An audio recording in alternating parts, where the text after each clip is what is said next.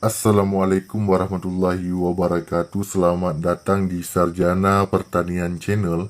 Jadilah bagian dari kami dengan like, komen, dan subscribe. Langsung saja kita buka aplikasi Facebook.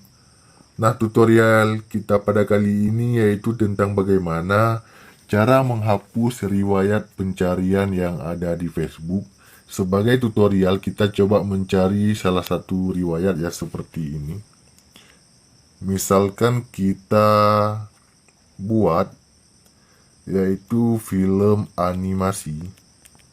Kemudian kita cari ya film animasi. Klik di pencarian ya, kita cari. Nah, begitu kita klik di film animasi ini ya, Figma animasi, tidak masalah. Ini kita close.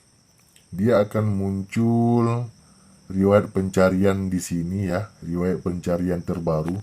Jadi kawan-kawan jika ingin menghapus riwayat pencarian, maka langkah pertama ya kita buat klik di pencarian di pojok kanan atas di pencarian. Kemudian di sini silahkan lihat semua ya, pencarian terbaru, lihat semua.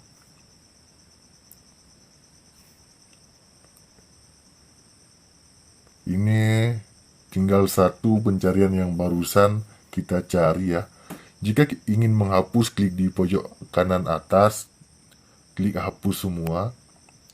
Hapus semua pencarian dan kunjungan, klik saja hapus semua dan selesai.